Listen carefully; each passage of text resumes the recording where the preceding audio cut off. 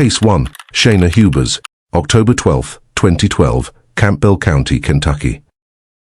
There are true crime cases that shock a community because of what happened, and then there are cases that shock a community because of what happened afterward, in a small, windowless interrogation room, on camera, in the hours immediately following a tragedy.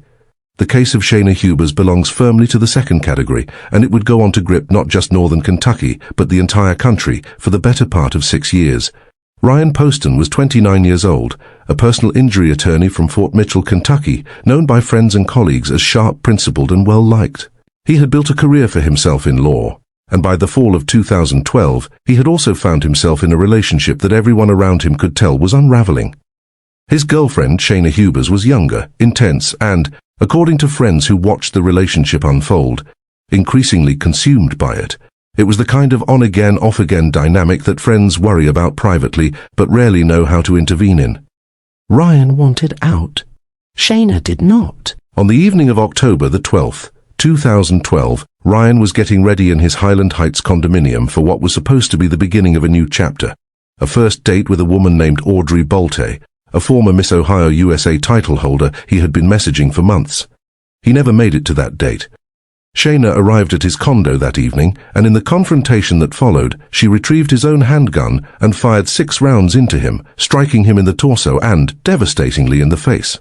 What happened in the hours immediately after would become the defining, almost unbelievable image of the entire case. Taken into custody and placed alone in a police interrogation room, with a camera rolling the entire time, Shayna did not sit quietly, and she did not appear to grieve. Investigators and later the public watched footage of her pacing the small room, spinning in circles, dancing and singing to herself. When she began describing the shooting to detectives, she used language that would follow her for the rest of her life, telling them she had given Ryan the nose job he wanted, a chillingly casual reference to one of the shots that struck his face. She told investigators she had pulled the trigger because she couldn't stand the way he had looked at her, with what she described as a smirk. The case first went to trial in April of 2015. A Campbell County jury convicted her of murder, and she was sentenced to 40 years in prison. It seemed at that point like a resolution, until it came to light, more than a year later, that one of the 12 jurors seated for that trial was a convicted felon, disqualified under Kentucky law from serving on any jury.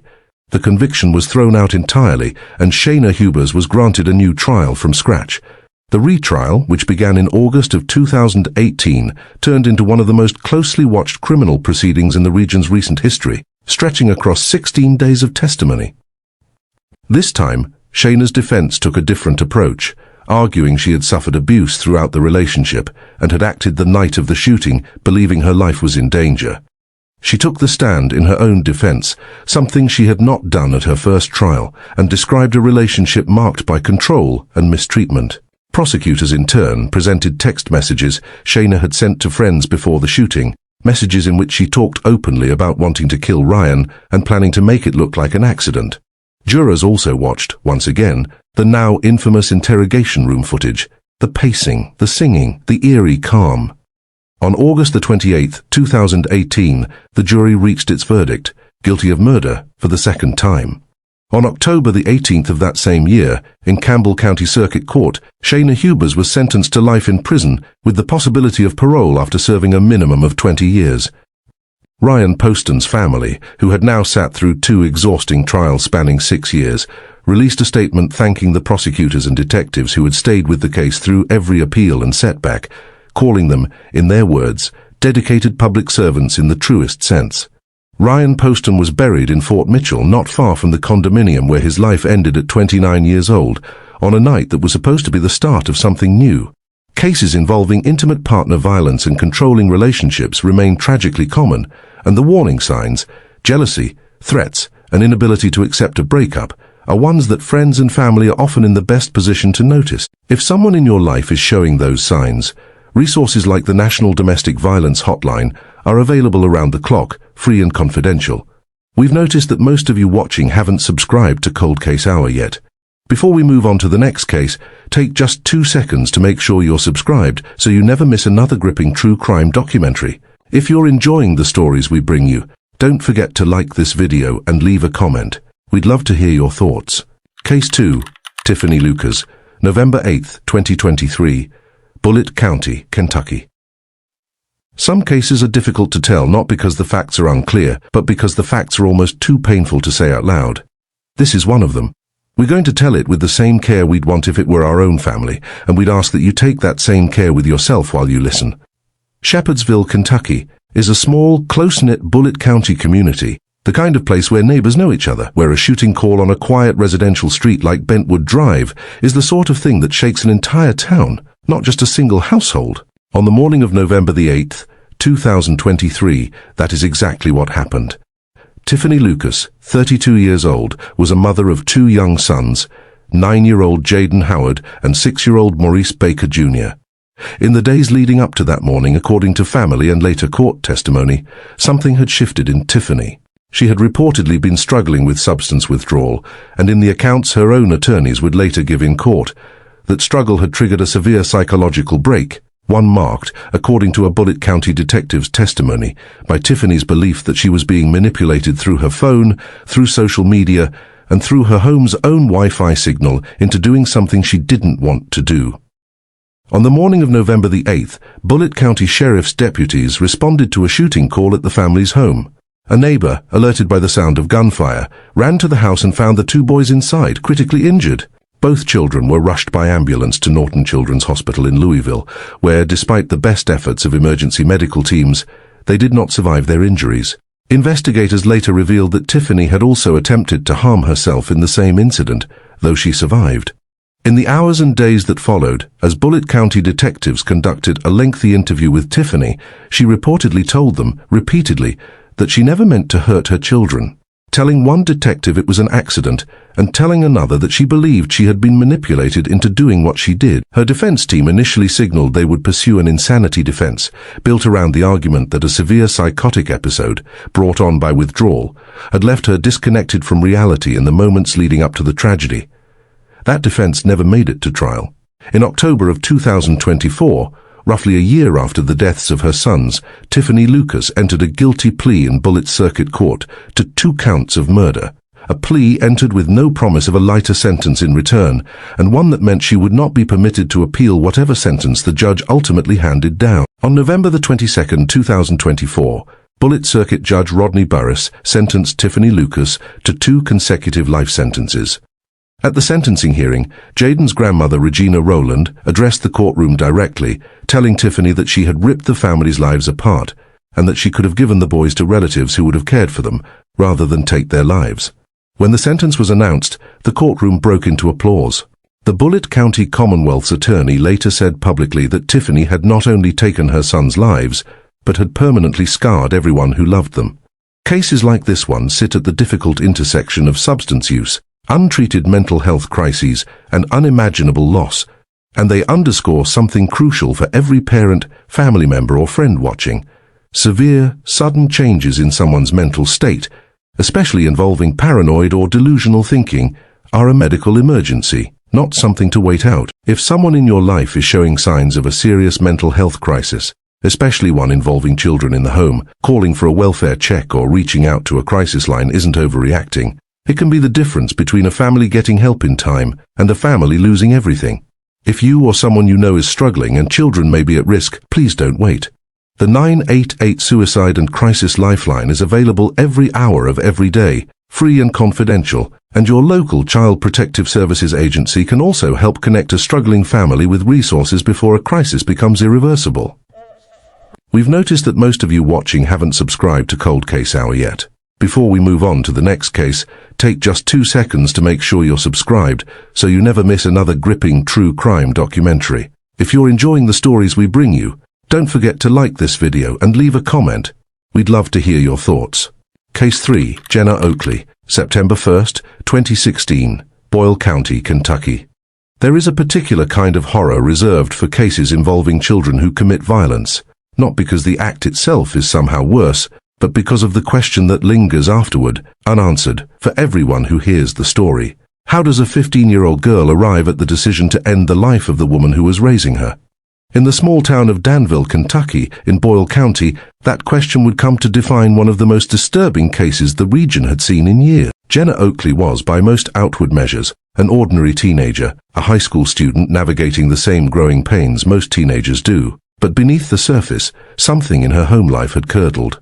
Her stepmother, Rhonda Oakley, 52 years old, was trying to do what any responsible parent would do: enforce basic household rules, set boundaries, and, most significantly, express serious concern about Jenna's relationship with her boyfriend, 20-year-old Kenneth Nye, a man 5 years her senior.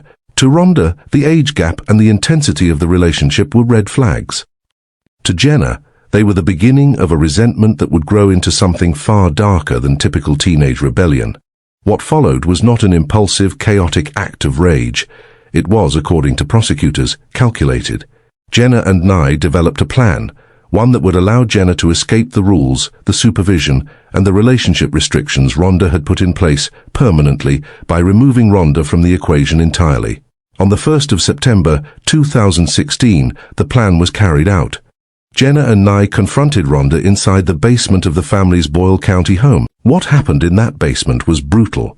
Rhonda was attacked with a knife, struck multiple times in the neck and upper body, and did not survive the assault. When it was over, Jenna did not call for help. She did not run from the house in shock. Instead, according to investigators, she calmly went upstairs, took her stepmother's car keys, gathered whatever cash she could find in the home, and left the state with Nye in Rhonda's own vehicle, as if the woman who raised her had simply become an obstacle to be stepped over on the way out the door. It fell to a 13-year-old boy, Rhonda's son, Jenna's own stepbrother, to make the discovery. Walking into the basement after school that afternoon, expecting nothing more unusual than an empty house, he instead found his mother's body. It is difficult to imagine a more devastating moment for a child to endure, and it would go on to shape how the entire case was understood by the community. Not just as a story about Jenna and Rhonda, but as a story about a boy who lost his mother and, in some sense, his stepsister on the very same day. Law enforcement issued a nationwide alert for the stolen vehicle, and it did not take long for the net to close. 2 days later, on September the 3rd, 2016, police officers roughly 700 miles away in Tucumcari, New Mexico, spotted the car parked outside a roadside motel. Jenna Oakley and Kenneth Nye were taken into custody without incident, their brief attempt to outrun what had happened already at an end. What followed in the legal system was its own kind of tragedy layered on top of the first. While awaiting trial in a local jail facility, Kenneth Nye took his own life, leaving Jenna to face the full weight of the legal process entirely alone. No co-defendant to share blame with, no one left to corroborate or contradict her version of events. Given the calculated and violent nature of what had happened, Kentucky prosecutors petitioned successfully to have Jenna Oakley tried as an adult, despite her age at the time of the crime. Her legal team fought to keep the case in juvenile court, arguing for a path that emphasized treatment over punishment. But the request was denied. In January of 2019, facing the possibility of a lengthy, emotionally devastating trial, Jenna entered a guilty plea in Boyle Circuit Court to an amended charge of first-degree manslaughter, along with a charge of theft by unlawful taking. On March the 28th of that year, she was formally sentenced to 15 years in prison. At her sentencing hearing, her own father, Philip Oakley, Rhonda's husband, the man who had lost his wife and was now watching his daughter be sentenced for taking her life, delivered a victim impact statement that left the courtroom in silence. He told his daughter, through tears, that he simply did not understand why she had done what she did. It was a question that, in truth, no sentence handed down that day could ever fully answer. Family conflict during adolescence is common, and disagreements over relationships, curfews, and boundaries are a normal part of many households navigating a teenager's growing independence. What makes cases like this one so devastating is the reminder that when a young person's resentment goes unaddressed or unnoticed, the consequences can spiral in ways no family could ever anticipate. If you're a parent or guardian concerned about escalating conflict or troubling behavior in your home, family counseling resources and adolescent mental health services can offer real, practical support before a crisis point is ever reached. We've noticed that most of you watching haven't subscribed to Cold Case Hour yet. Before we move on to the next case, take just 2 seconds to make sure you're subscribed so you never miss another gripping true crime documentary. If you're enjoying the stories we bring you, don't forget to like this video and leave a comment. We'd love to hear your thoughts. Case 4. Virginia Susan Cordell, March 15, 1998, Fayette County, Kentucky. Before this case begins, one correction to the historical record needs to be made plainly. court documents, forensic testimony, and every verified source on this case confirm that the victim in this story died from the injuries inflicted upon her before her body was ever placed in a vehicle. That single fact matters, both for the sake of the truth and for the sake of the woman whose life this case is actually about.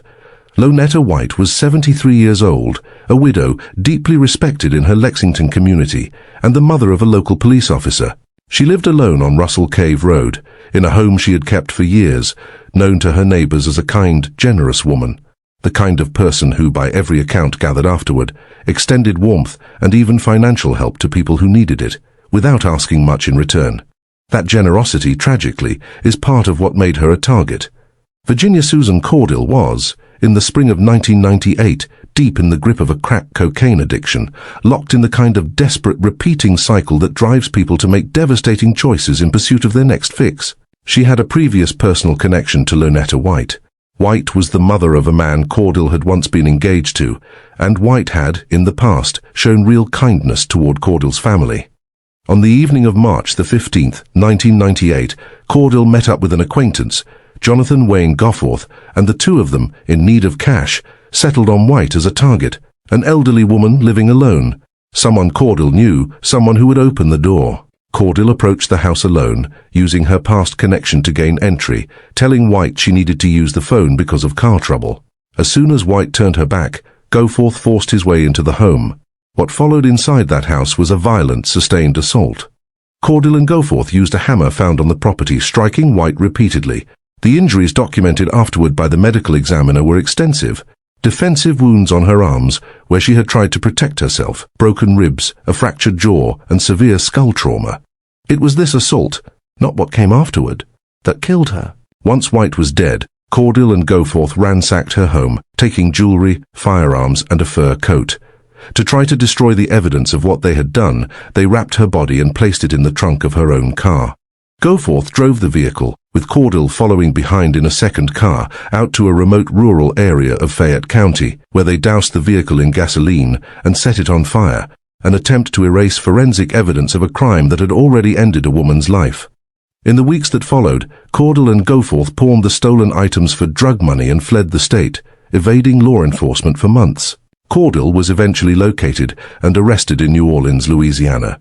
Goforth was found separately in Mississippi. Tried jointly in Fayette Circuit Court, the two defendants spent much of the trial blaming each other for the fatal blows, even as both admitted involvement in the robbery.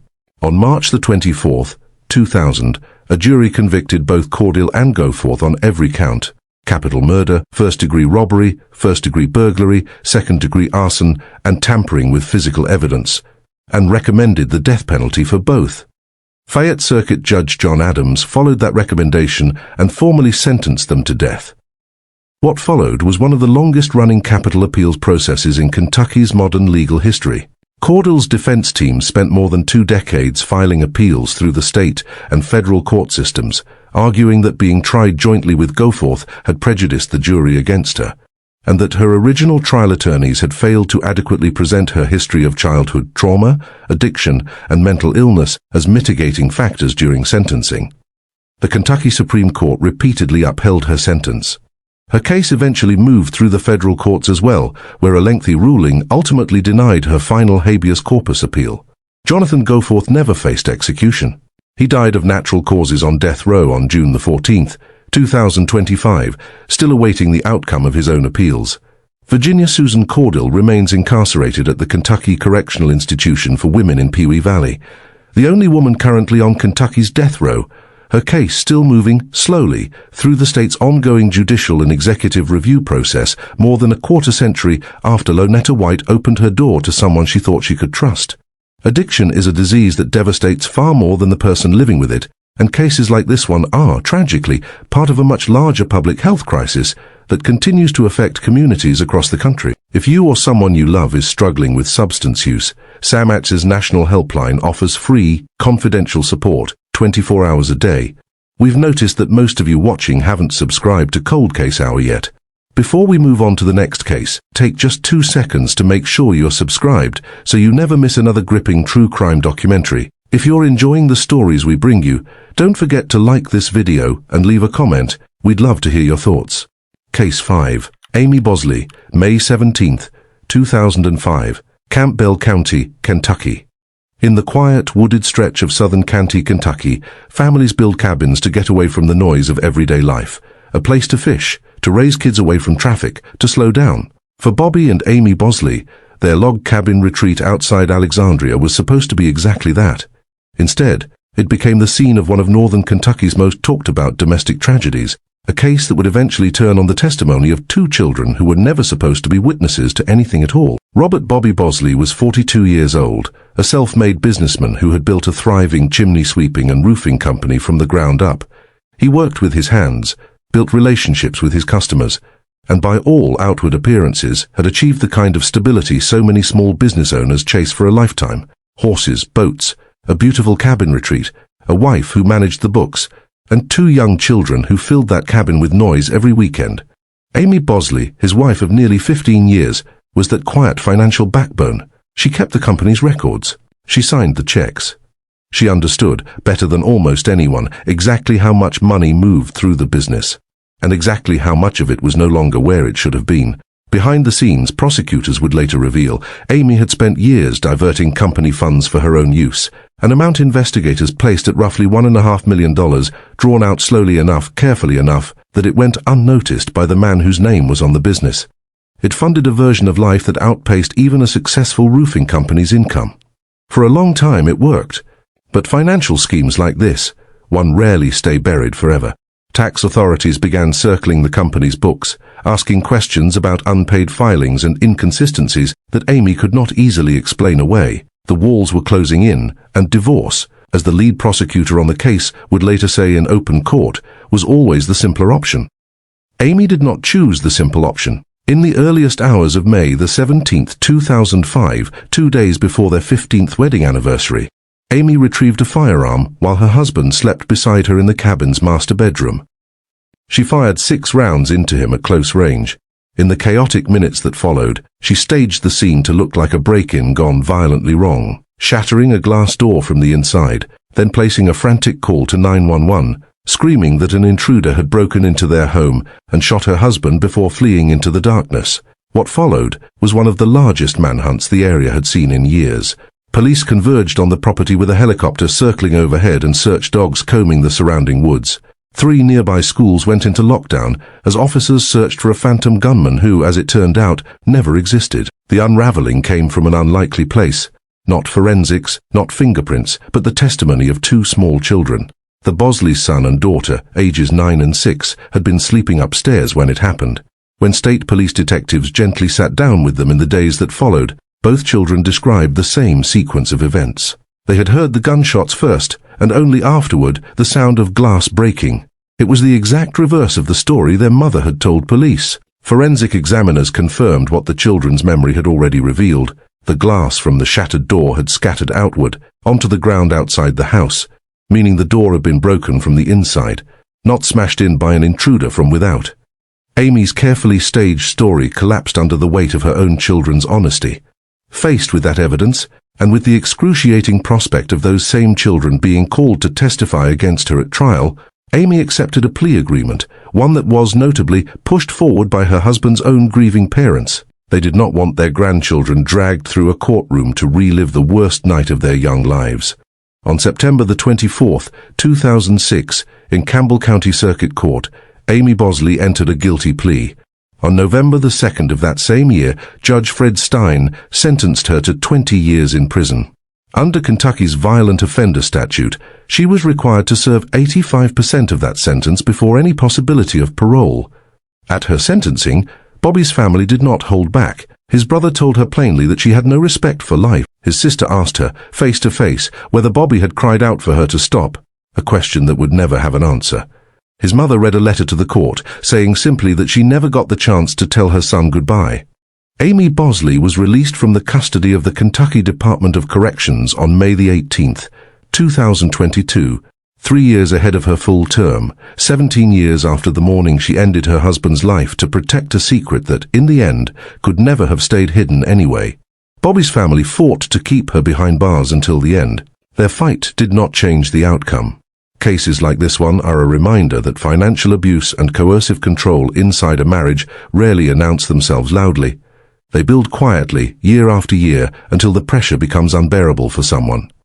If you or someone you know is navigating a relationship where money, secrecy, or control feels unsafe, the National Domestic Violence Hotline offers free, confidential support, any hour of the day.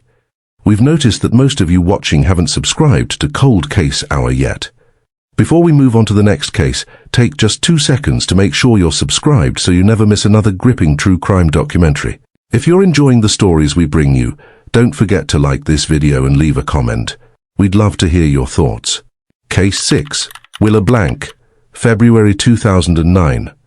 Boone County, Kentucky. Not every predator looks like a stranger. Sometimes the most dangerous person in an elderly man's life is the one who shows up with a shovel during a snowstorm, offering to clear his driveway out of the goodness of her heart. Walter Sartre was 73 years old, a retired scientist with a brilliant mind and a deeply private, almost reclusive personality. He lived alone in a modest one-story home in Hebron, Kentucky in Boone County, with no close family checking in on him regularly and few visitors passing through his door. To his neighbors, he was the quiet man down the street, a little eccentric, always polite, and, unbeknownst to most of them, sitting on an estate worth a great deal more than his understated lifestyle would ever suggest. Willa Blank worked as a house cleaner in the neighborhood, and it was through that work that she crossed paths with Sartre.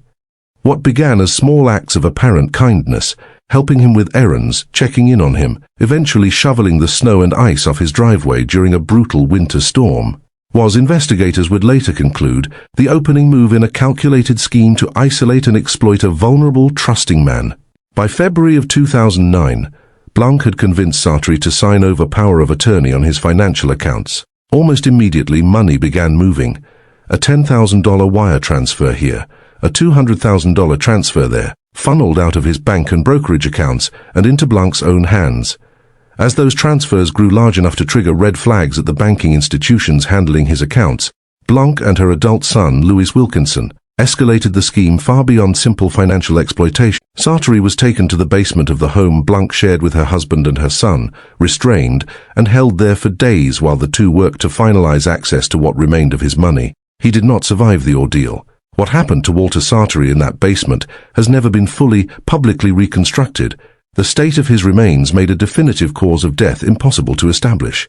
What is not in question is what happened afterward.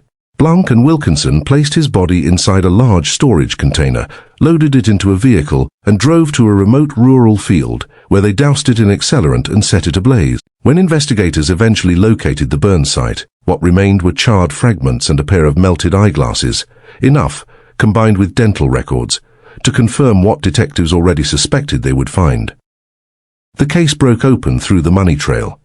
Investigators traced the suspicious wire transfers back to the forged power of attorney paperwork and eventually to Blank's own computer files.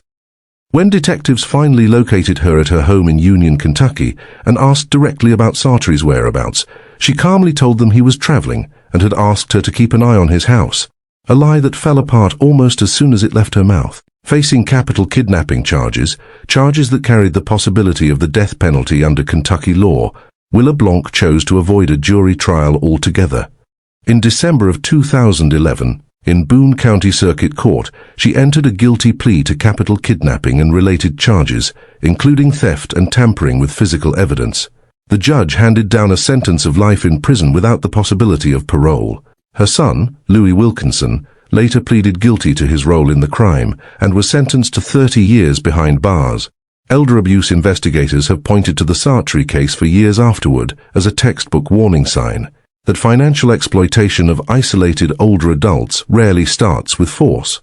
It starts with trust, offered freely by someone who never sees the danger coming until it's already inside the house. We've noticed that most of you watching haven't subscribed to Cold Case Hour yet. Before we move on to the next case, take just 2 seconds to make sure you're subscribed so you never miss another gripping true crime documentary. If you're enjoying the stories we bring you, don't forget to like this video and leave a comment. We'd love to hear your thoughts. Case 7. Marquita Alexis Campbell, August 23, 2019. Fayette County, Kentucky. Fayette Mall sits along Nicholasville Road in southern Lexington, the largest shopping mall in the entire state of Kentucky, a place where, on any given evening, thousands of people are simply going about their lives, shopping for their kids, meeting friends, killing time. On the evening of August the 23rd, 2019, it became the starting point of a targeted act of violence that would leave a young mother of 3 dead and a community searching for answers for more than a year.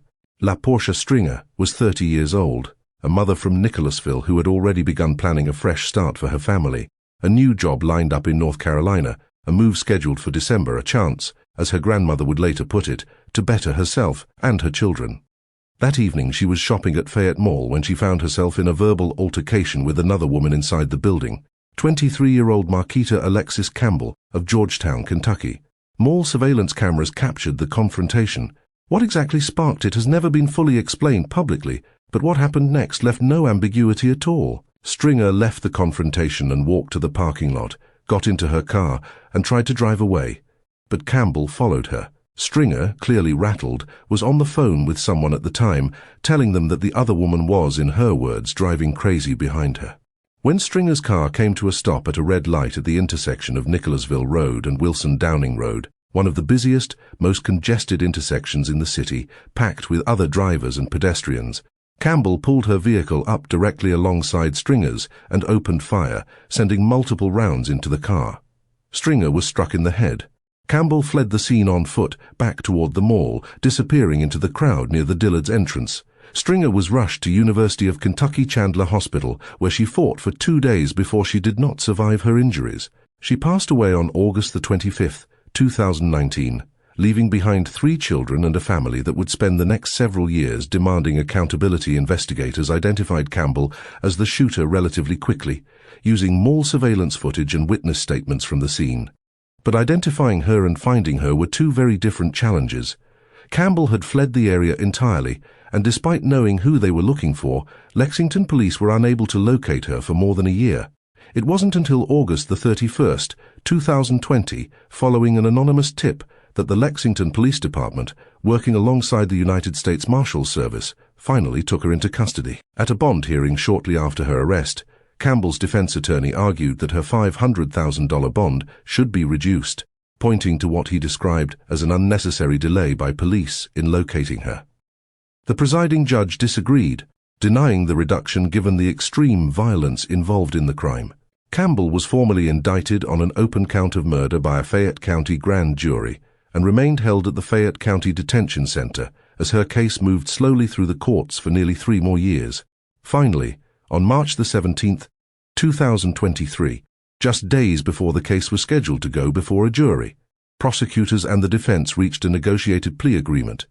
Facing a potential sentence ranging anywhere from 20 years to life in prison if convicted of murder at trial, Campbell agreed to plead guilty to an amended charge of first-degree manslaughter. The prosecution's office noted that Stringer's family, weighing the uncertainty of a trial against the certainty of a plea, ultimately supported the agreement, accepting a negotiated 13 years rather than risk walking away with nothing if a jury did not convict. On June the 2nd, 2023, Fayette Circuit Judge Lucy Van Meter formally sentenced Marquita Campbell to 13 years in state prison. During the emotional sentencing hearing, Stringer's grandmother, who had helped raise her, addressed Campbell directly, telling her that no amount of time behind bars would ever bring LaPortia back to the children who were left without their mother. Campbell was transferred into the custody of the Kentucky Department of Corrections to begin serving her sentence, a case that began with an argument between 2 strangers inside a shopping mall and ended with a family changed forever at a red light less than a mile away. If you've ever found yourself in an escalating confrontation with a stranger, walking away, even when it feels unfair to be the one who backs down, is very often the choice that saves a life. De-escalation isn't weakness. In moments like these, it's survival. We've noticed that most of you watching haven't subscribed to Cold Case Hour yet. Before we move on to the next case, take just 2 seconds to make sure you're subscribed so you never miss another gripping true crime documentary.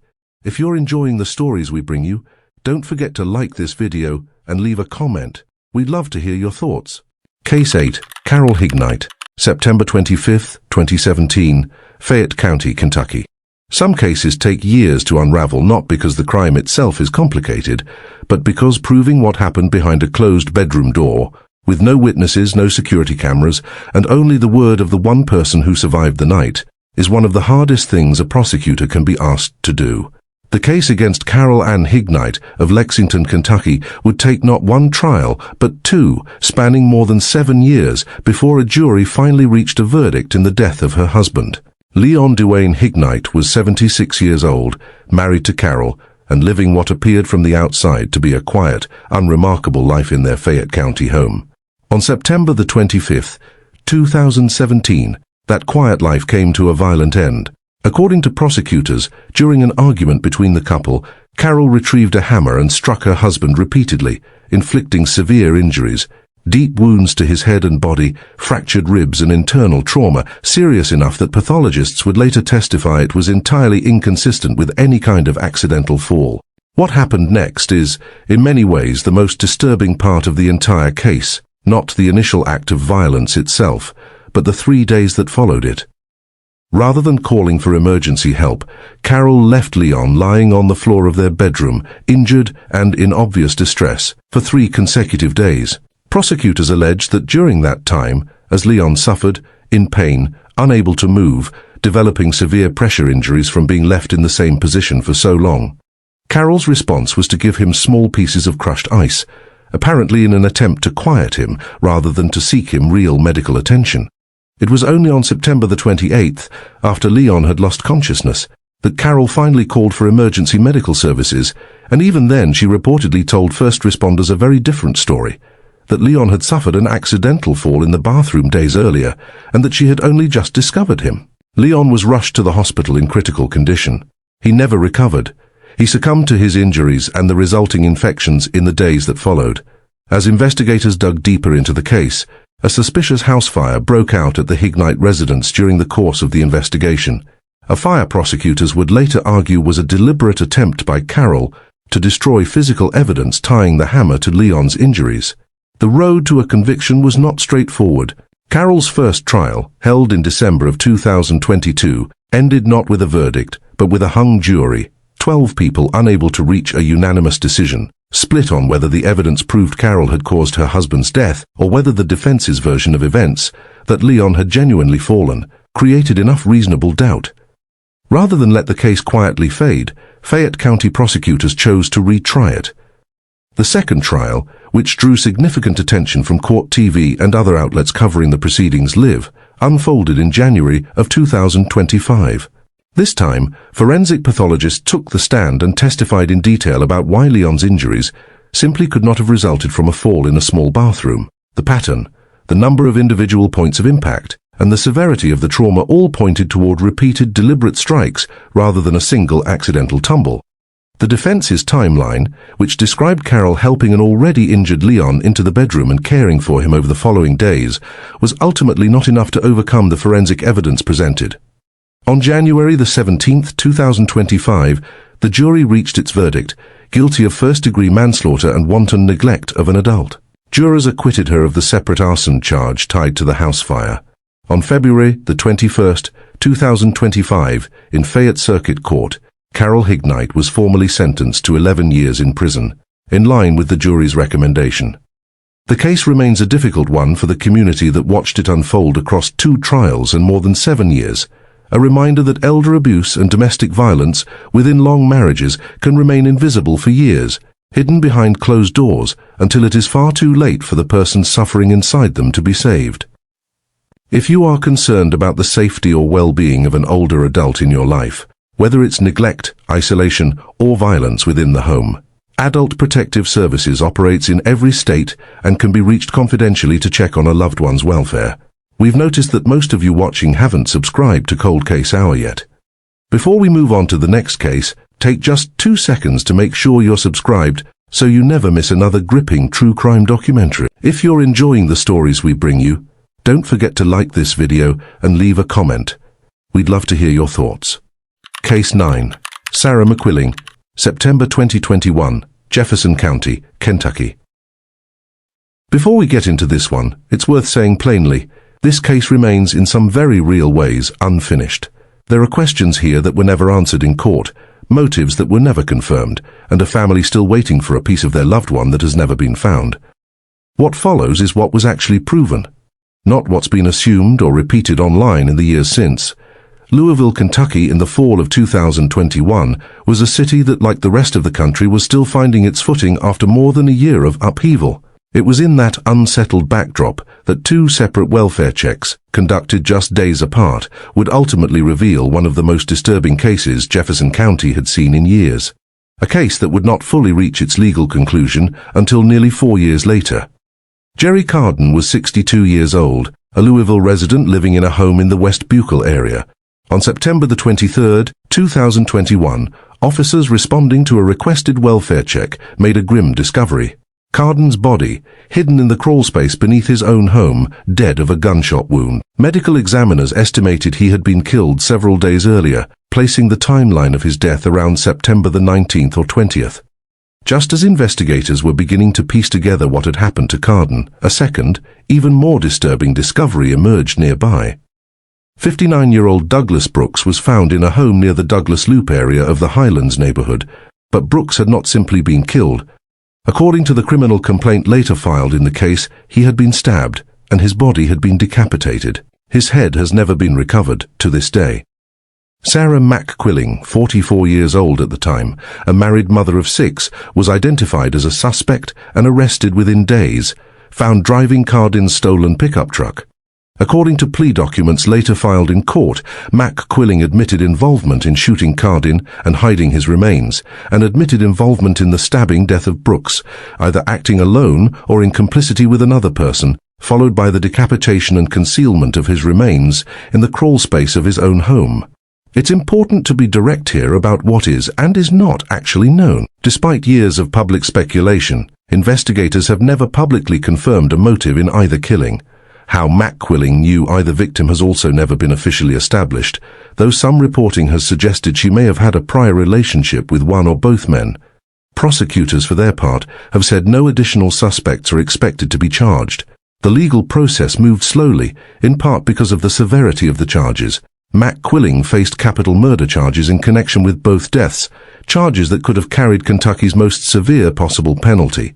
Nearly 4 years after the crimes, on August 1, 2025, McQuilling appeared in Jefferson Circuit Court and entered what is known legally as an Alford plea, a specific type of guilty plea in which a defendant maintains their innocence while formally acknowledging that the state's evidence would very likely be enough to convict them at trial.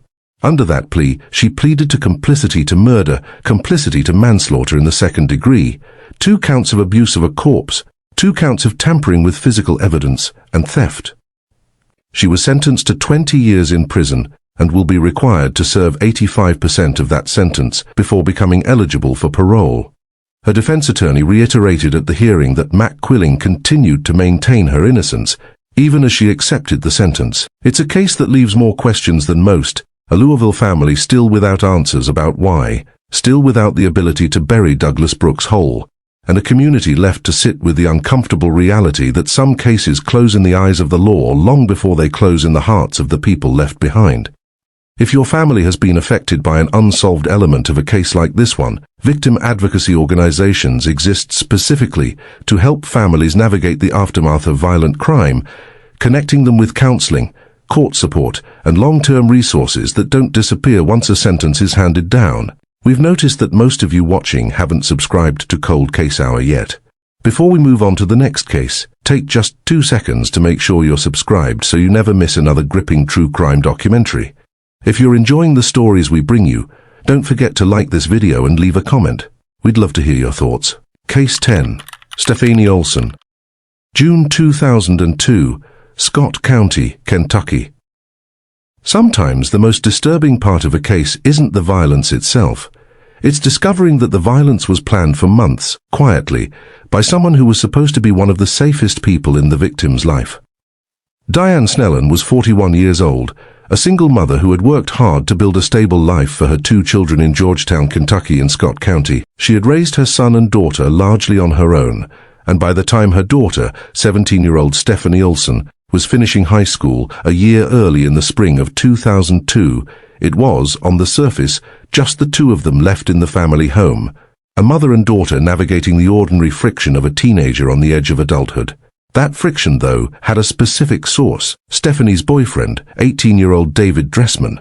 Diane didn't approve of the relationship, and as Stephanie's plans to move in with Dressman took shape, tension between mother and daughter escalated. At one point, the two teenagers had even tried to run away together to Florida, only to be found and brought home after Diane filed a missing persons report. Diane, exercising her authority as Stephanie's mother while Stephanie was still a minor, continued to stand in the way of the life Stephanie wanted for herself.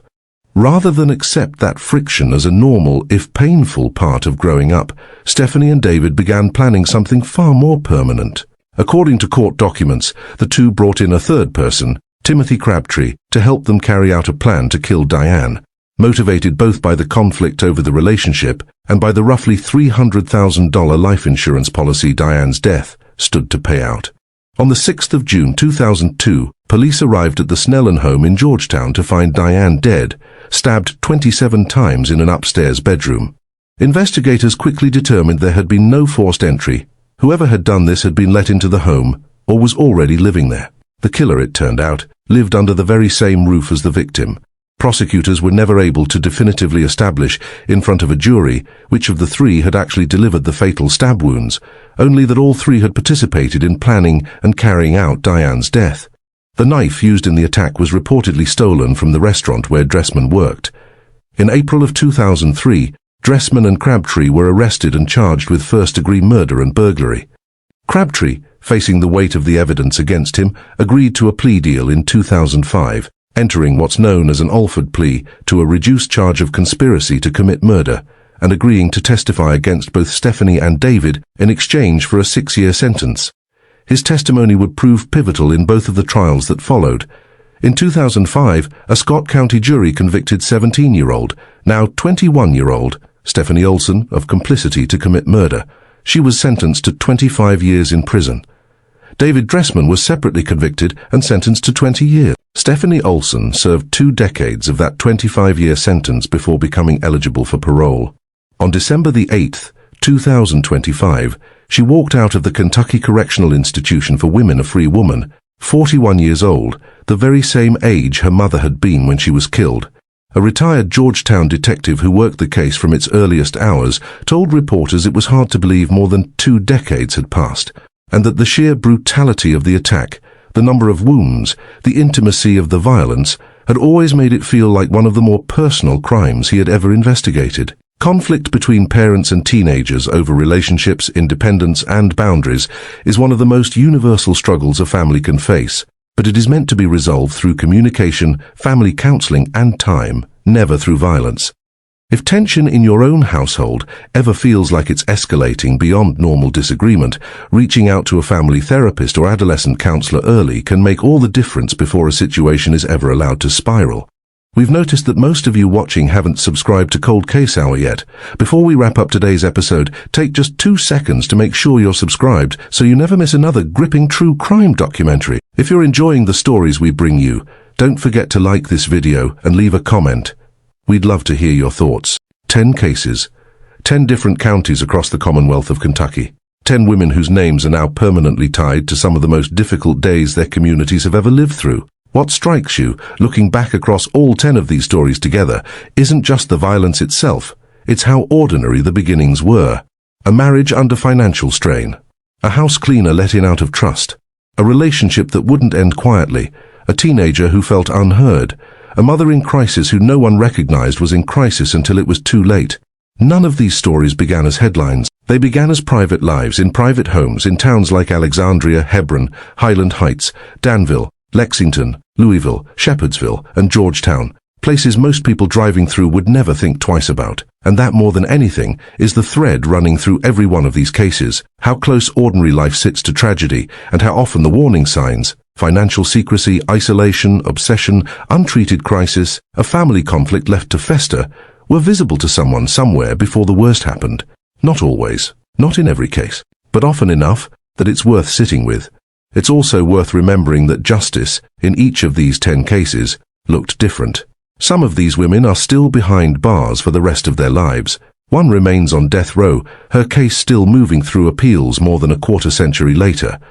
Others have already walked free, having served the sentences the courts handed down, and are now living quietly among us. Whatever you feel about any of those outcomes, and reasonable people feel differently, every one of these cases ended the way it did because investigators, prosecutors, and in several instances, brave children and family members refused to let the truth stay buried.